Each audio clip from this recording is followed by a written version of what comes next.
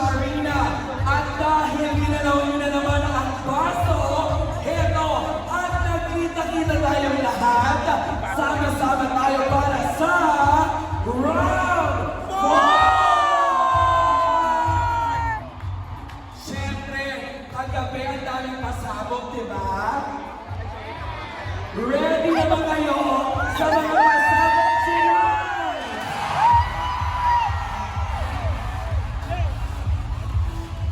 Yung mga nandyan daw po, may paalala lang dahil sobrang G tayong lahat. Paalala lang po, wala daw pong tatayo sa mga upuan para walang disgrasya. Okay ba yun? Hindi. Maganda ba ako tonight? Wala to.